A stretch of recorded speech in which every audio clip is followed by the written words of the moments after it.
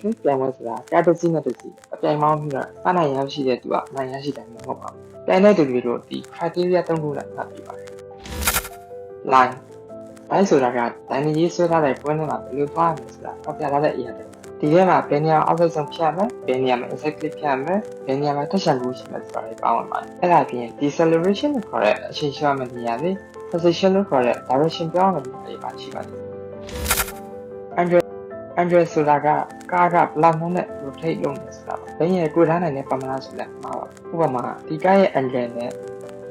ဒီကားရဲ့ angle ကလည်းဒီပေါ့။ဒီကြပါဒုတိယကား angle ပုံများပါ